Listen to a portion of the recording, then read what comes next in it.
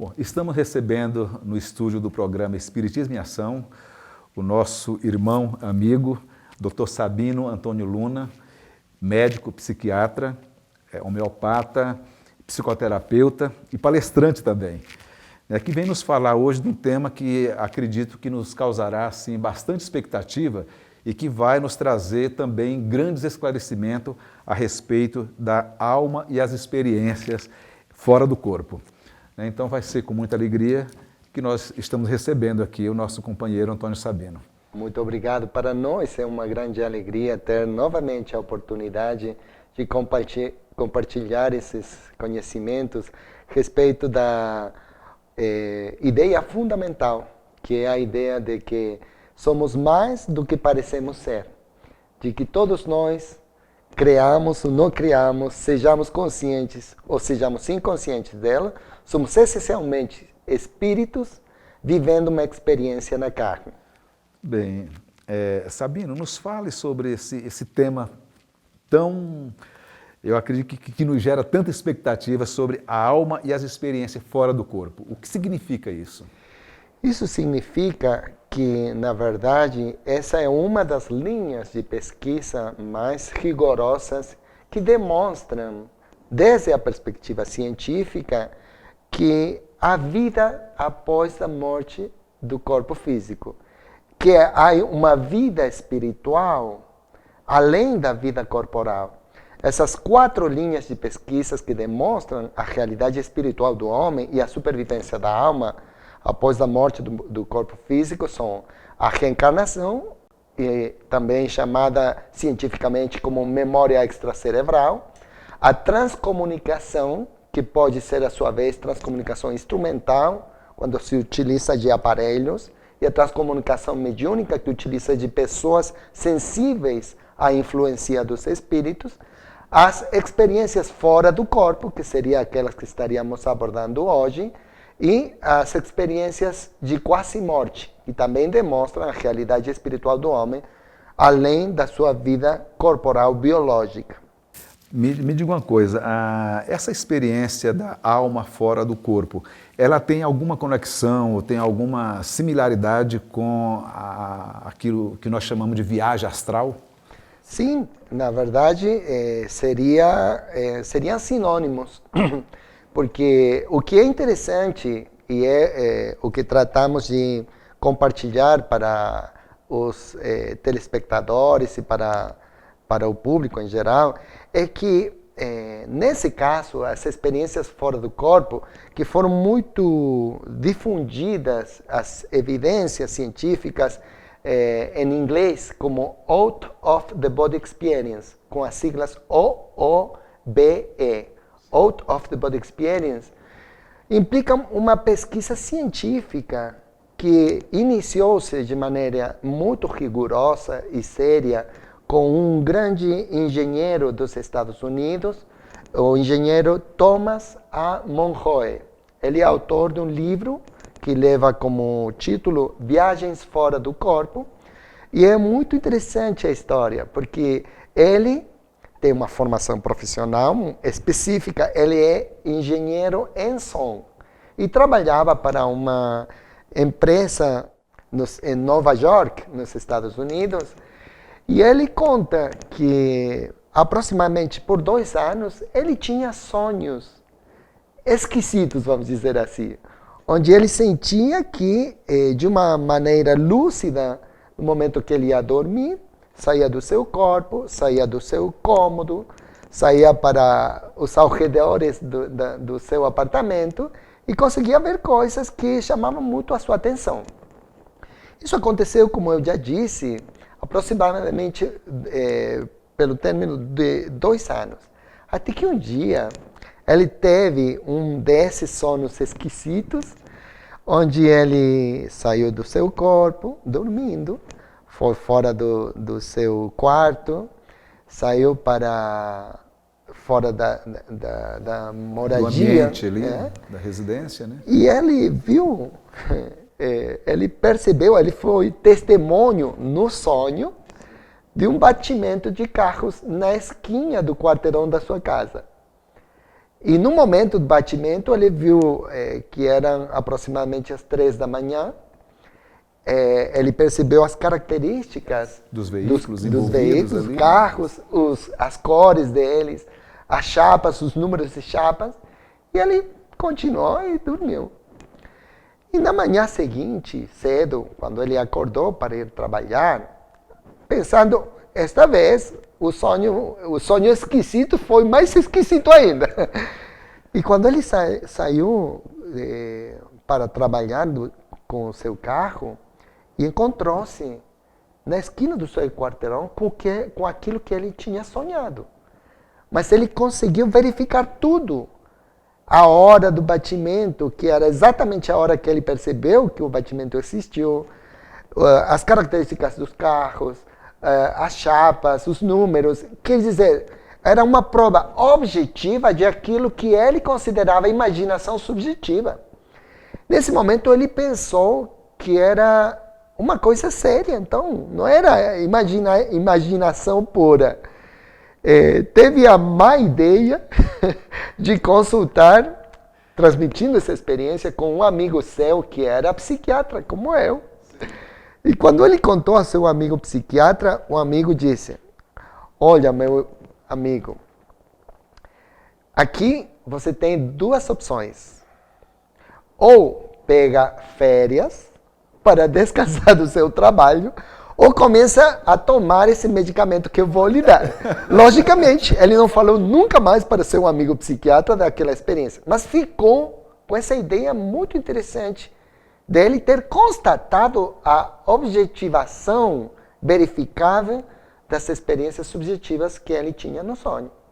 E como ele era engenheiro em som, ele percebeu que cada vez que ele entrava nesse estado especial, que era justo no momento que ele ia dormir, ele sentia como uma espécie de som interior que precedia o desprendimento da alma do seu corpo.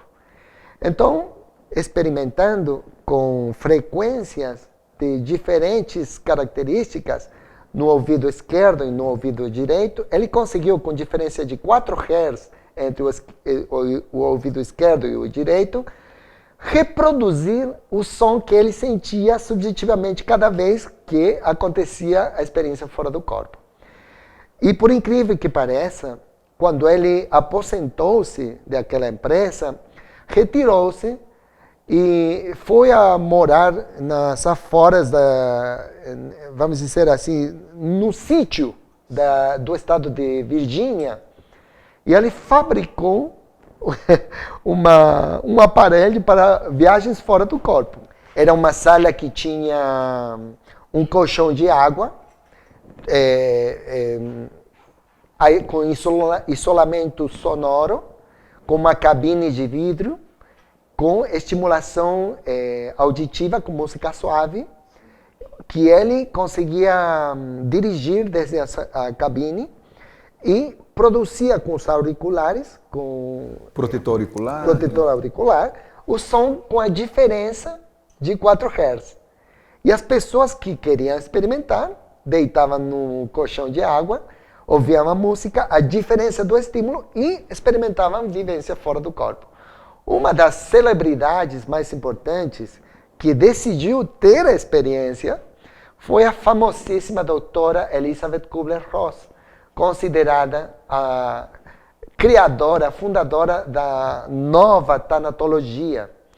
Ela ganhou mais de 200 títulos de doutor honoris causa de diferentes universidades do mundo e é considerada uma das maiores melhores personalidades femininas do século XX.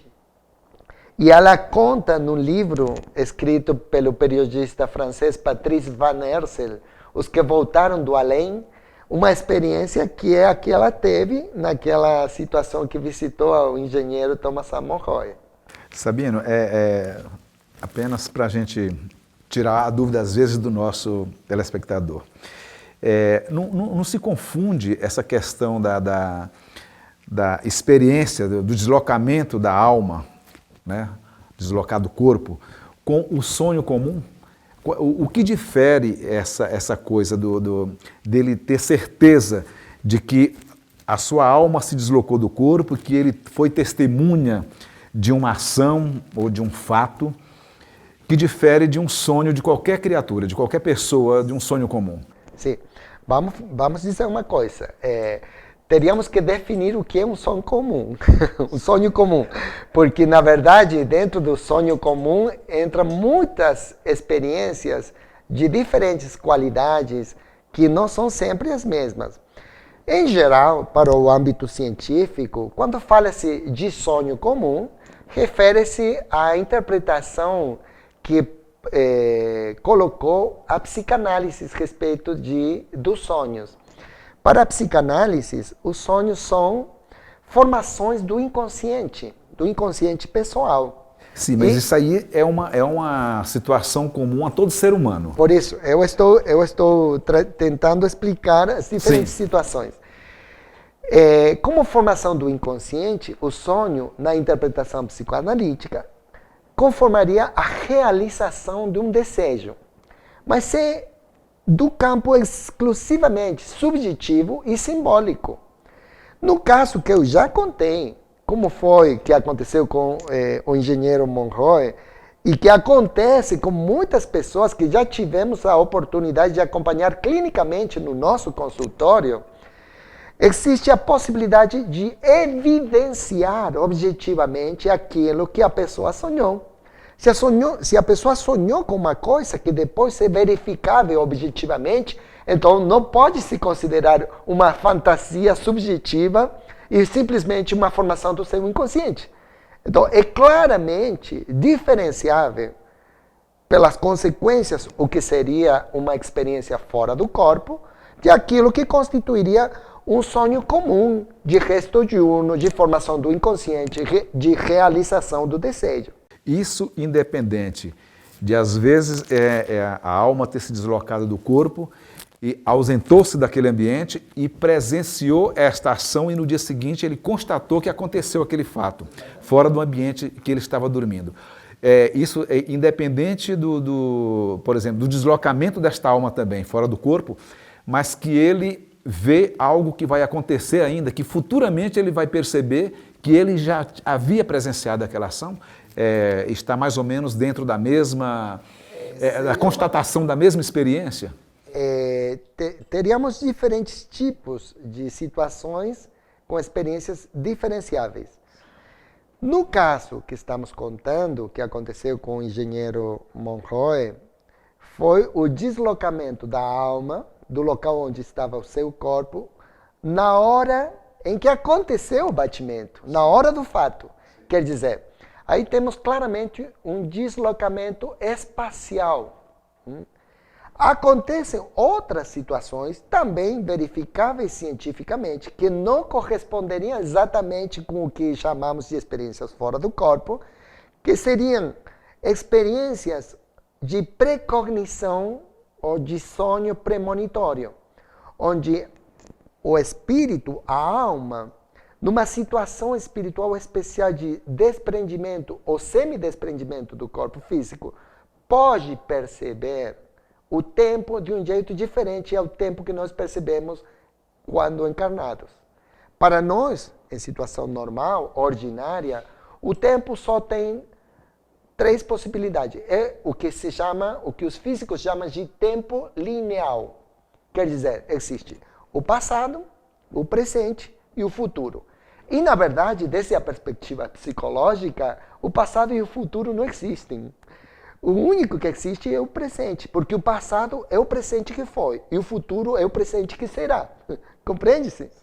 Mas, na realidade espiritual, existem muitas evidências e pesquisas rigorosas que mostram, inclusive não só no campo da ciência, no campo da religião, a quantidade de pessoas capazes de perceber e de antecipar um fenômeno claramente enxergado desde a perspectiva espiritual, que ainda não aconteceu na realidade material, que é o que a parapsicologia conhece como precognição e que no campo religioso geralmente se define como profetização, quer dizer, ver o futuro com antecipação.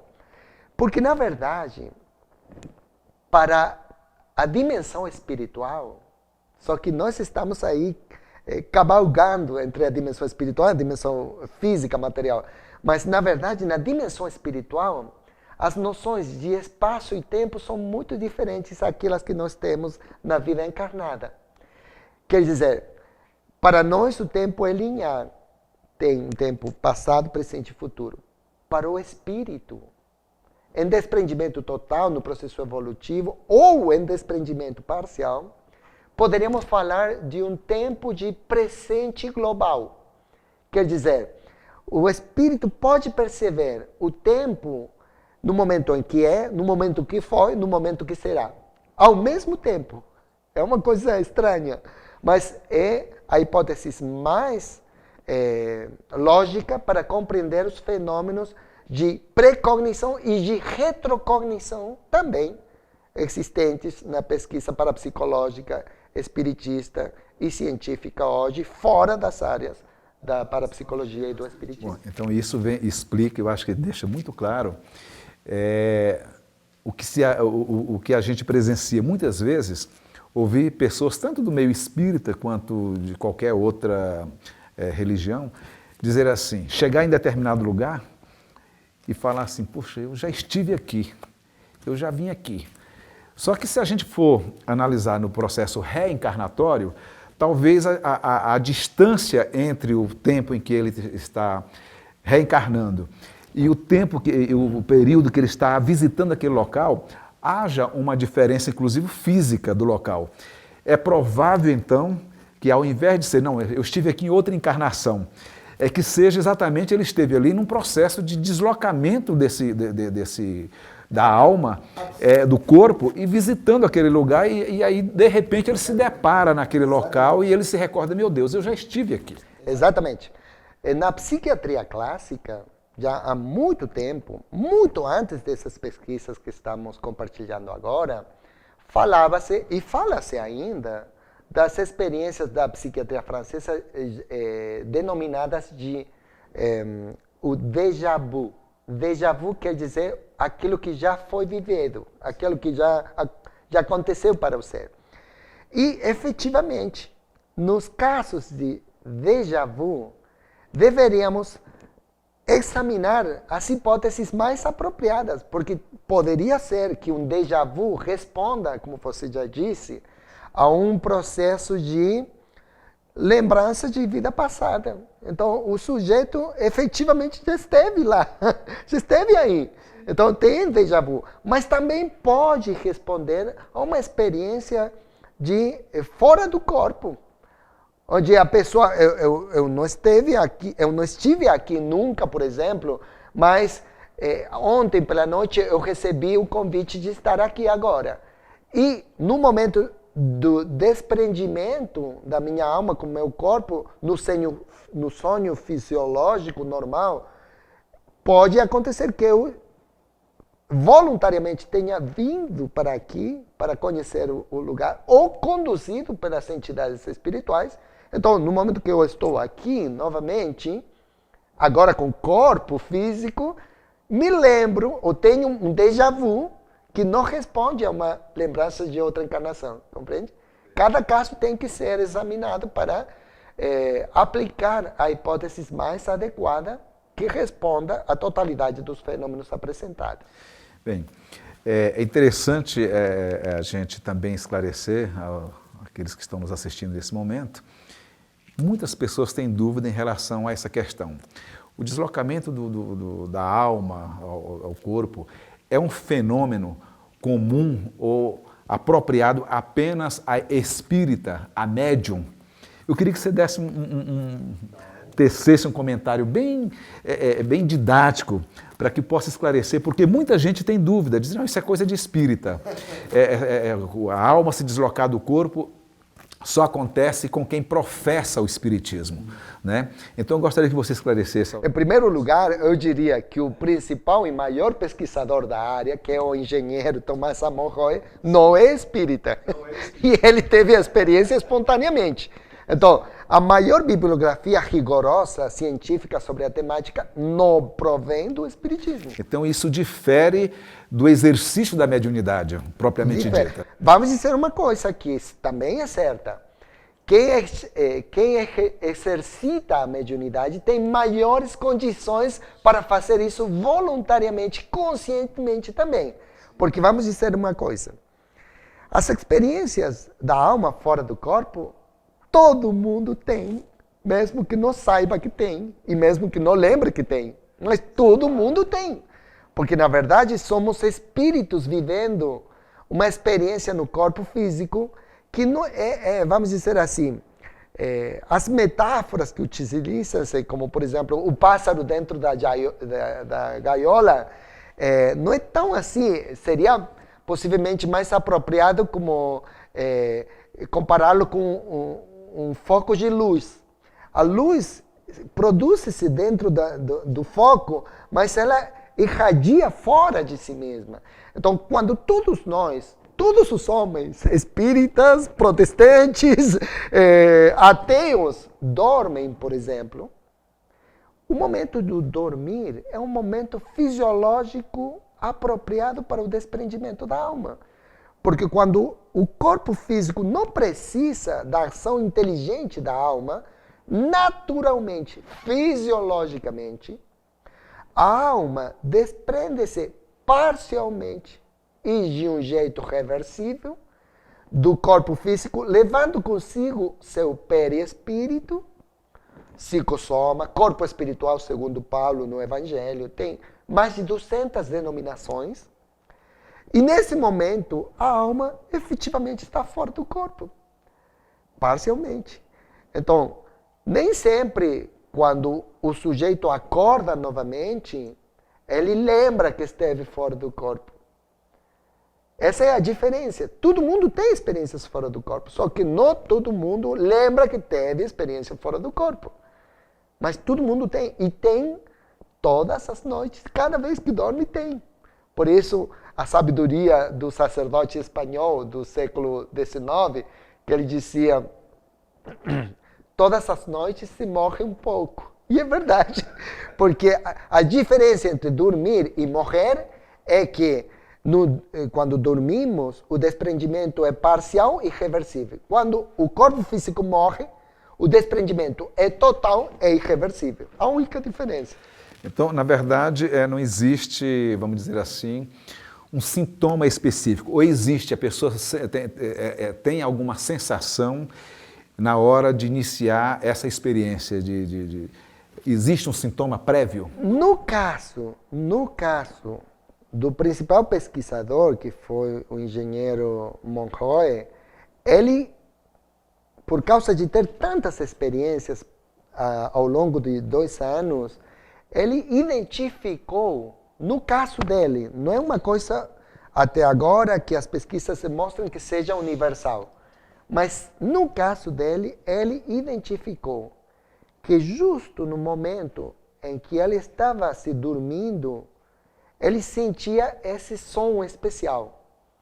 Ele disse que é como um som interior que precedia sistematicamente ao desprendimento da alma do seu corpo. E foi também verificado por ele que ele aprendeu a produzir voluntariamente esse som. Então ele passou a ter experiências fora do corpo de maneira voluntária, não só quando ia dormir. E a percepção e a identificação desse som especial, justo antes do desprendimento, foi fundamental para ele criar o aparelho dos viagens fora do corpo. Bom, Sabino, há uma diferenciação ou talvez melhores possibilidades de se viver essa experiência quando a pessoa voluntariamente ele se prepara ou ele faz uma preparação antes de dormir já para se viver essa experiência, ou voluntariamente ele vai dormir sem nem lembrar desse assunto, sem nenhuma pretensão, e de repente ele viver essa experiência. Há uma diferenciação de possibilidades de se viver isso quando a pessoa já se prepara para viver essa experiência, ou quando naturalmente ele vai dormir e de repente, casualmente, acontece essa oportunidade de se viver essa experiência da alma fora do corpo. Interessante a sua pergunta. Que eu saiba, pelas pesquisas e pelos estudos que eu conheço, não existe uma resposta rigorosa, respaldada para afirmar sem dúvida aquilo que você está perguntando. Mas, na nossa experiência e nos nossos conhecimentos da área, eu diria que sim, que influi, e influi bastante. Quer dizer, uma pessoa que se prepara para estar em melhores condições de levar para frente essa experiência, que é uma experiência espiritual, em definitiva, ao nosso critério, repito, é uma opinião pessoal, não está respaldada por pesquisas rigorosas, mas simplesmente está embasada na minha clínica, na minha experiência, nos meus conhecimentos. Isso faz uma diferença. A pessoa que prepara-se, que tem uma atitude de recolhimento, de pedido a Deus, ou aos espíritos, ao seu anjo da guarda, para ter uma experiência saudável, para ter uma experiência rica em conteúdos, para ter uma experiência que seja finalmente educativa, que contribua à evolução do indivíduo, estamos convictos de que influi de maneira significativa. Muito bem, Sabina. Nós gostaríamos de te agradecer a oportunidade de estar com você aqui, de você trazer esse esclarecimento para o nosso público, dizendo que você é de nacionalidade argentina, que está visitando o nosso país, e nós aproveitamos essa oportunidade também já para te convidar, a próxima vez que você retornar, você trazer as suas experiências, que são vastas, em vários campos, inclusive da pesquisa, nesse campo do espírito, do corpo e espírito, para que possa nos trazer e brindar o nosso público com as suas experiências. Nós te agradecemos. Muito prazer. Sou eu que tenho que agradecer a possibilidade de transmitir para todo mundo que queira ouvir a época maravilhosa que estamos vivendo, porque nunca houve, como hoje, tantas pontes que permitam unir as origens da ciência com a espiritualidade, da religião com a ciência. Vivemos uma época muito especial, onde já não precisamos demitir o nosso pensamento para abrir o nosso coração, nem amputar o nosso coração para desenvolver nosso pensamento. É uma época muito singular, onde as duas grandes alavancas da evolução pessoal da humanidade, que são a religião e a ciência, estão de mãos dadas para adiante, juntos, conseguir o caminho da evolução, que é a possibilidade de não só pensar, não só sentir, mas viver o amor, que é a caridade. Muito obrigado, Sabino. Queremos desejar a você que está nos assistindo um momento de paz, de harmonia, de equilíbrio, que você continue com Deus em seu coração.